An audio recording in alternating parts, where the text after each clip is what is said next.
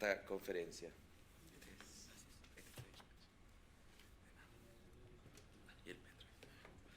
Bueno, y a continuación, para el caso de México, está a cargo de la magistrada del Tribunal Electoral del Poder Judicial de la Federación de México y miembro suplente de la Comisión de Venecia en representación de dicho país, de la doctora Carmen Alanís Figueroa. Ella es doctora en Derecho por la UNAM y magistrada del Tribunal Electoral del Poder Judicial de la Federación desde 2006, desempeñándose como presidenta del mismo entre agosto de 2007 y agosto del 2011, siendo la primera mujer en dirigir al máximo órgano jurisdiccional en materia electoral de su país.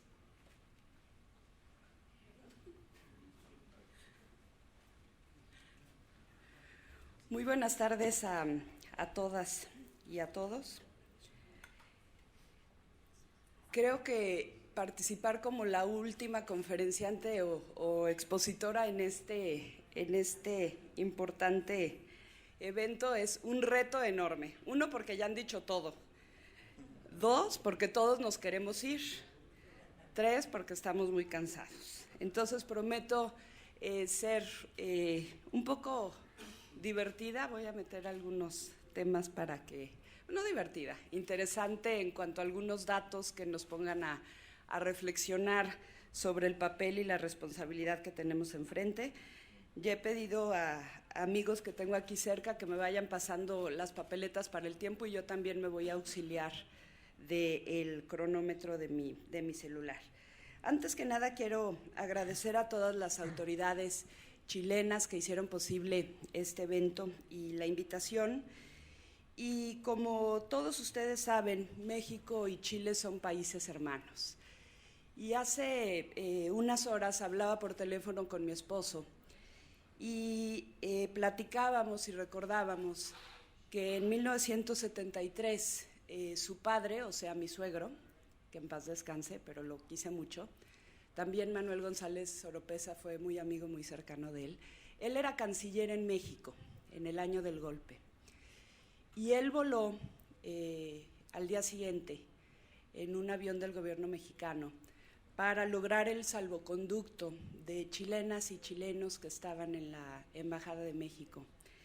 Y se logró que tuvieran el asilo en México. Visitó en prisión a Clodomiro Almeida, el canciller, su amigo, y también le dio asilo y refugio, entre muchas chilenas y chilenos, a doña Hortensia Bussi de Allende, quien estuvo en México 17 años, si no me equivoco en el dato. Pero lo que quiero decir, que es lo que creo que me impacta a mí ya directamente en la vida, es que esas chilenas y chilenos ya tuvieron hijos en México, ya se quedaron a vivir y a hacer familia, y hemos logrado una rica mexicanidad chilena. Todavía no hemos logrado combinar el tequila con los buenos vinos chilenos, pero gracias por recibirme en este país. Bueno, entremos en materia. Voy a presentar algunos datos, me voy a saltar. Le he pedido a Carla que me ayude ella, porque entre que le corto para ser rápida y cambio los slides, entonces va a ser muy, muy complicado. Quiero darles algunos datos de cómo estamos en el mundo respecto de la niñez y de las personas mayores. Nos vamos a los datos, Carla.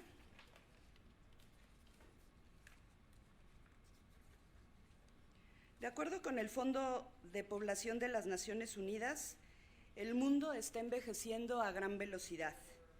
Las personas de 60 años o más hoy representan el 11% de la población mundial. Y se espera que en el año 2050 esta cifra aumente al 22%.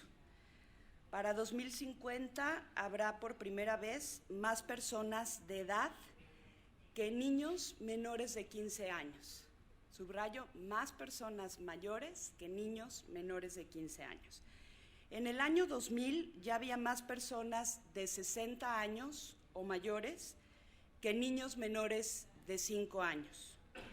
Y otra tendencia interesante es la de feminización del envejecimiento. A escala mundial, por cada 100 mujeres de 60 años o más, hay 84 hombres, o sea, hay un mayor porcentaje de mujeres mayores que hombres. Hay 84 hombres, perdón, por cada 100 mujeres de 80 años o más, hay 61 hombres.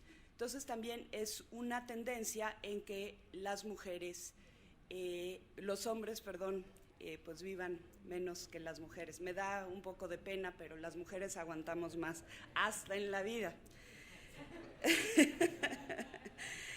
La recomendación 27 del Comité para la Eliminación de la Discriminación contra la Mujer, la CEDAW, por todos ustedes, todos y todas conocidas, señala que el envejecimiento afecta por igual tanto a países desarrollados como a países en desarrollo.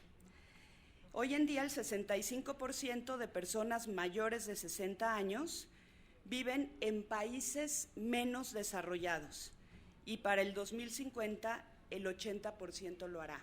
Entonces, aquí me parece que es un dato muy interesante en donde hay menor desarrollo, hay mayor expectativa de vida. Este es un dato que a mí me llamó mucha la atención y habría que revisarlo. Estas cifras las traigo porque después de todas las reflexiones, los casos que hemos visto, la jurisprudencia europea, interamericana, los tratados, las leyes, me parece que tenemos también que hacer conciencia del mundo en el que vivimos y la responsabilidad que tenemos en nuestros hombros. Pasamos a México, rapidísimo.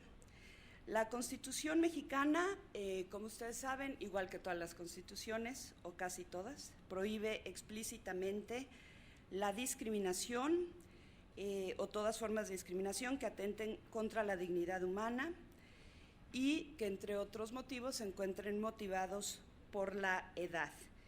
Incluye, evidentemente, las disposiciones que obligan al Estado para hacer efectivo el interés superior de la niñez, que don Alberto ya habló sobre este principio, y obliga al diseño, seguimiento y evaluación también de políticas públicas, esto a nivel de Constitución.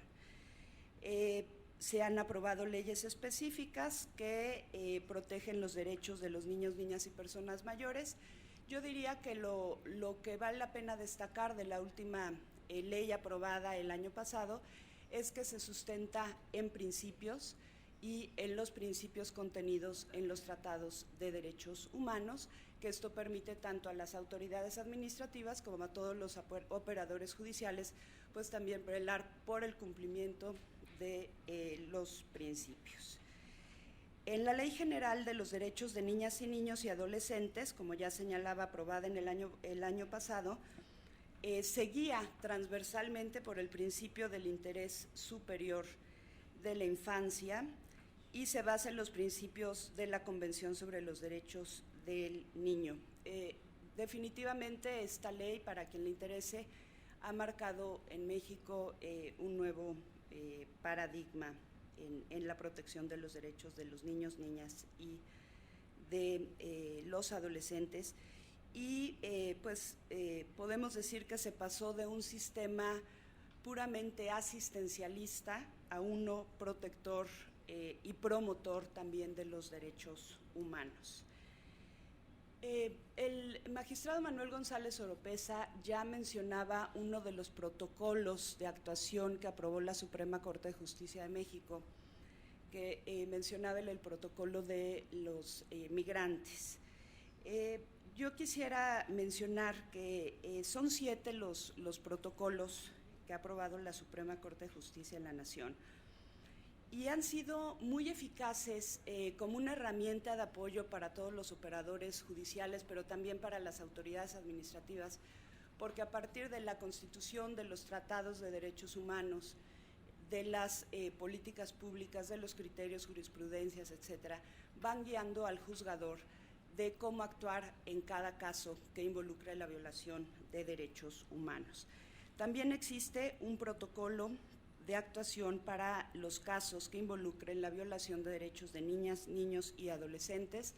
Desafortunadamente no tenemos un protocolo todavía para la atención de los casos que impacten a los adultos mayores, pero seguramente en breve la Suprema Corte lo tendrá. Para su conocimiento está, además del de migrantes y sujetas a protección internacional, el de niñas, niños y adolescentes, el de personas y comunidades en pueblos indígenas, personas con discapacidad, casos que involucren la orientación sexual o la identidad de género, tortura y malos tratos, y un protocolo sobre cómo juzgar con perspectiva de género. El protocolo para niños, niñas y adolescentes parte de la premisa de que la infancia, como ya se ha dicho, tiene características específicas y estructurales que son muy distintas a los adultos y, por supuesto, repercuten en la forma en que un niño, una niña o adolescente participan, por ejemplo, en un proceso judicial.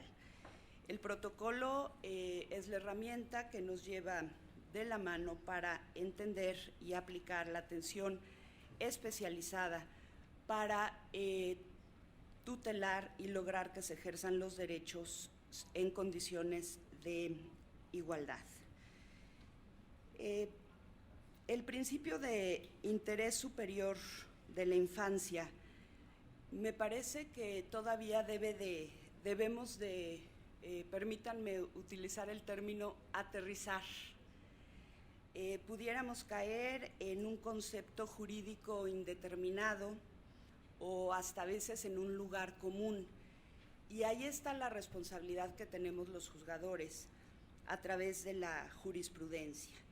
La Suprema Corte de Justicia de la Nación, precisamente materializando el concepto, el principio, del interés jurídico, interés superior de la infancia, ha señalado, nos ha dado algunos elementos que son fundamentales.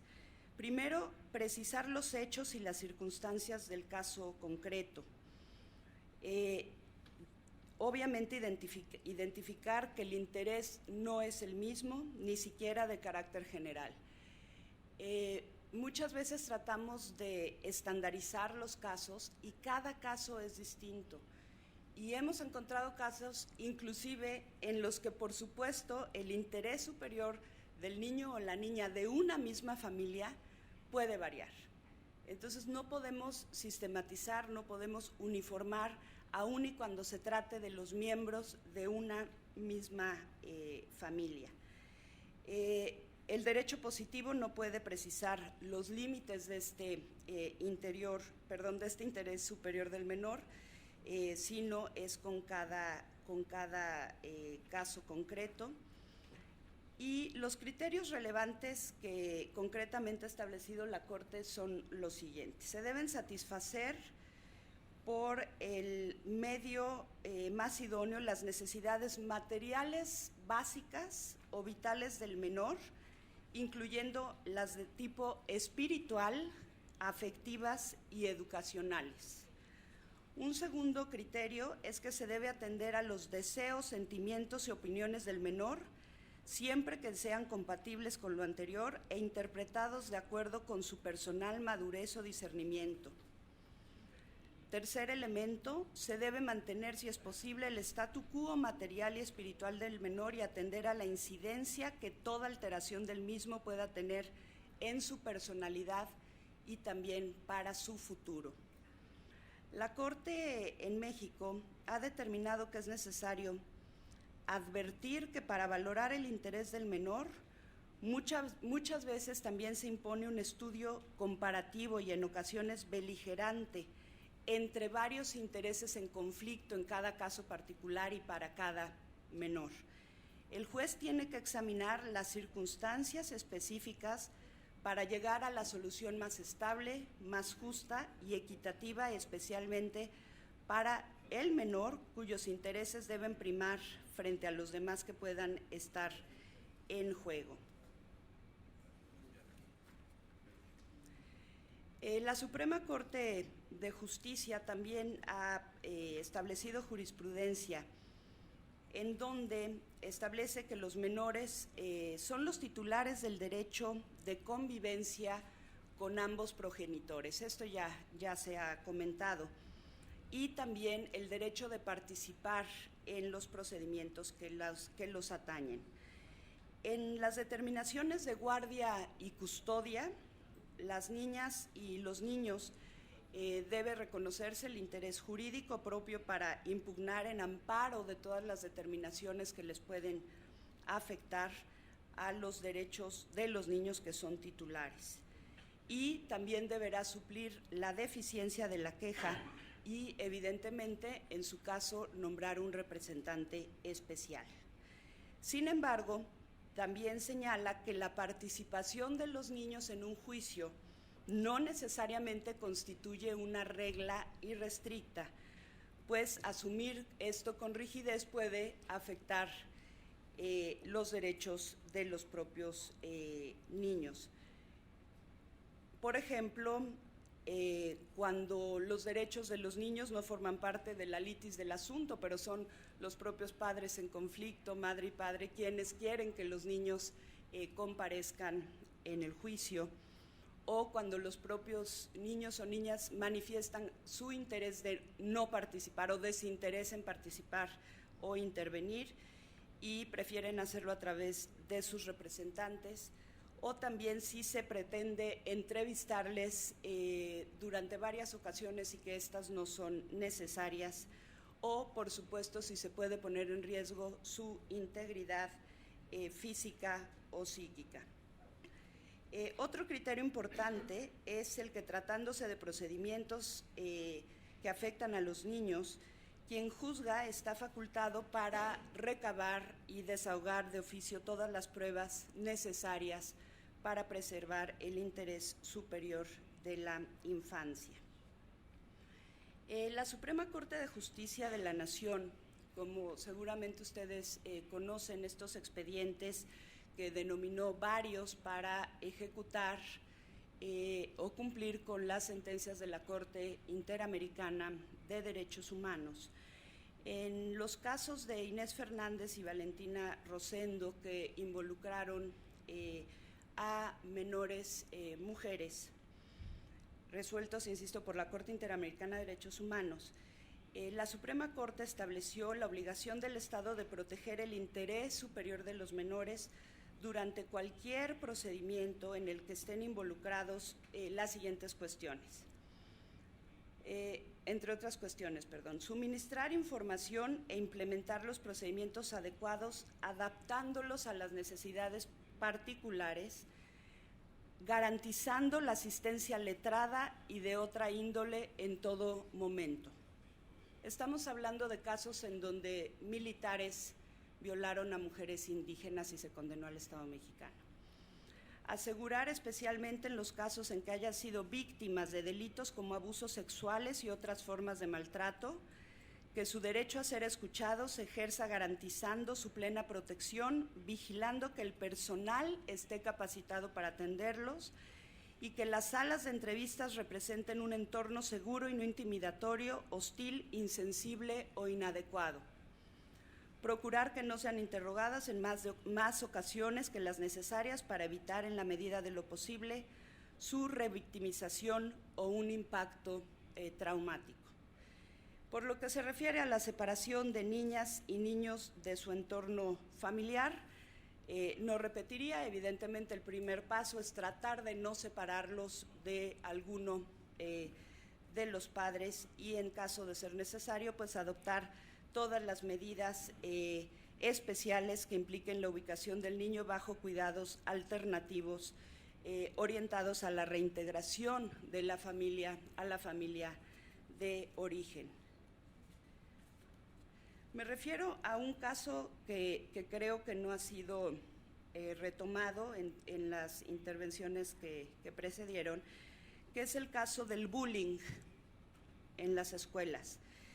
En el mes de mayo de este año, la Suprema Corte ya emitió varias tesis de jurisprudencia interesantes que obligan a los centros escolares, en primer lugar, a considerarlos como responsables en casos de bullying si son negligentes por acciones y omisiones al reaccionar a este fenómeno, o que reaccionen mal o que simplemente no reaccionen. Entonces son responsables los centros escolares y evidentemente los directivos. Directivos, profesoras y profesores tienen bajo su cuidado la integridad de los menores y deben protegerlos contra todo perjuicio o abuso físico o mental, descuido, trato negligente, malos tratos, explotación y abuso sexual. Directivos, profesores y profesoras deben propiciar las condiciones idóneas para crear un ambiente libre de violencia en las instituciones educativas.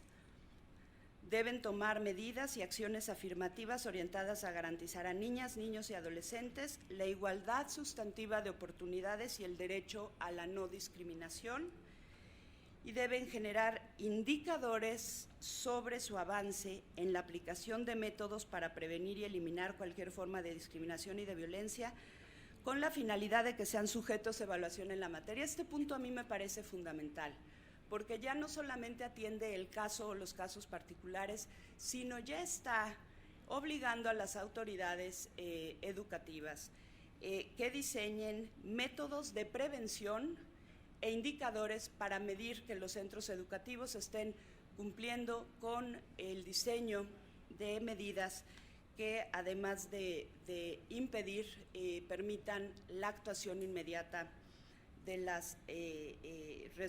los directivos, profesoras y profesores en las escuelas. También la Suprema Corte vincula a las instituciones educativas a identificar los factores de riesgo, la protección personal, familiar, social y comunitaria que caracterizan a la comunidad escolar, y elaborar y aplicar reglas y códigos de conducta que protejan a los estudiantes contra abuso y acoso sexual por parte de otros estudiantes. Este aspecto también me parece fundamental, porque ya no solo está vinculando a las propias autoridades directivas, profesores y profesoras en las escuelas, sino también a la comunidad a trabajar conjuntamente, y a los códigos de conducta que involucran todas las materias que pudieran afectar a las niñas y los niños en la escuela. Y finalmente, la Corte en este tema del bullying considera que los centros docentes tienen la indubitada responsabilidad de garantizar los espacios seguros para que las niñas, niños y adolescentes puedan cursar sus estudios libres de agresiones y vejaciones a través de acciones que permitan diagnosticar, prevenir, intervenir y modificar positivamente la convivencia escolar. La Suprema Corte de Justicia también ha determinado la amplitud del concepto de familia.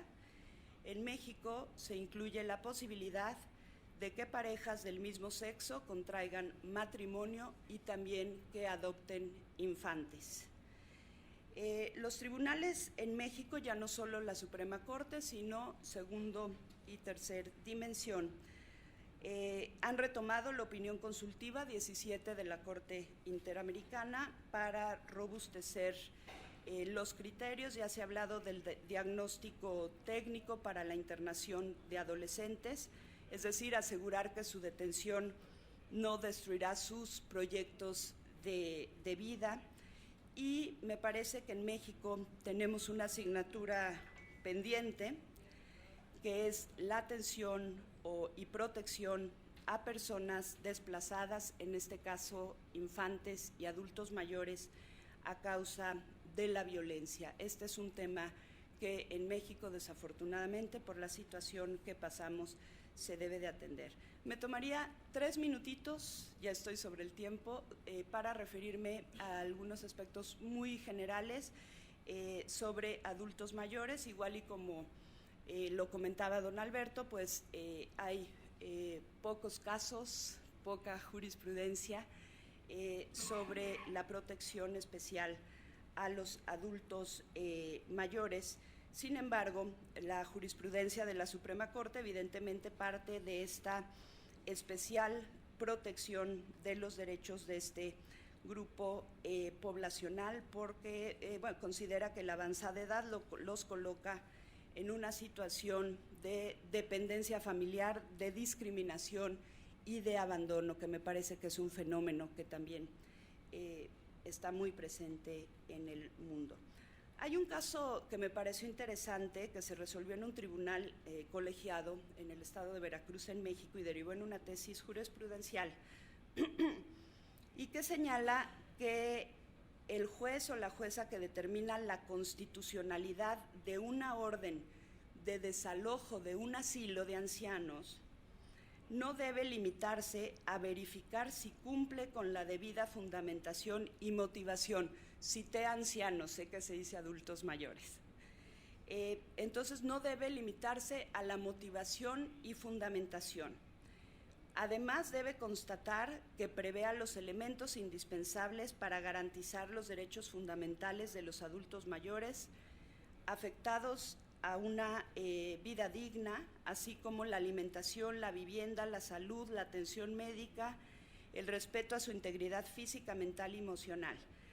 La jurisprudencia obliga a que dicha orden deberá especificar a la institución pública a la que serán trasladados los adultos mayores desalojados, incluso en diligencia posterior y con auxilio de las autoridades que se deberán determinar en la propia sentencia, deberá efectuarse y verificarse el traslado conducente. Y la tesis va más allá al señalar que, y lo cito expresamente, en términos del Protocolo de San Salvador, el Estado se encuentra obligado a proporcionar instalaciones adecuadas, así como alimentación, atención médica especializada a las personas de edad avanzada que carezcan de aquellas y que no se encuentren en condiciones de proporcionárselas por sí mismas. Otra jurisprudencia ha determinado las directrices derivadas de estándares nacionales e internacionales que deben aplicarse a los procesos penales, en donde figuren personas adultas mayores como parte agraviada, ofendida, inculpada o sentenciada. Gozar de la presunción de ser adulto mayor, mayor celeridad en la realización de las diligencias, monitoreo constante de sus niveles de salud física y mental, trato preferencial en horarios para comparecer ante el juez de la causa, analizar con detenimiento si su edad fue determinante para la comisión de los hechos que se imputan y, en caso de dictarse sentencia absolutoria, velar por su inmediata libertad, pero corroborando previamente sus condiciones alimentarias y de salud, así como que al salir no se le exponga a las inclemencias del tiempo, a la soledad de su retiro del centro de reclusión en horarios impropios para la facilidad del traslado. Modo y lugar del internamiento, tanto para la prisión preventiva como cuando cumple con pena privativa de la libertad impuesta tomando en consideración la edad de 60 años o más, y en determinados supuestos tener derecho a prisión preventiva o purgar condena de prisión en sus domicilios o en lugares previamente aceptados y, por supuesto, suplir la deficiencia de la queja. Concluyo mi participación agradeciéndole su atención y señalando o identificando como reto, así como en todas las presentaciones identificamos prácticas exitosas, creo que el gran reto es identificar las prácticas no exitosas, porque estoy segura que todos en nuestros estados tenemos prácticas que se apartan de estos principios y que debamos poner especial atención en que los estados tomen las medidas necesarias para la prevención y para la erradicación de todas aquellas leyes, sentencias, jurisprudencias y prácticas que se aparten de todo lo que hemos revisado en esta conferencia. Muchas gracias por toda su atención.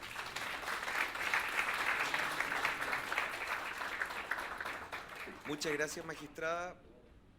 como ya ha sido costumbre, el presidente del tribunal le hará entrega de una medalla de reconocimiento por su participación como panelista en esta conferencia. Bueno, a continuación abrimos un espacio de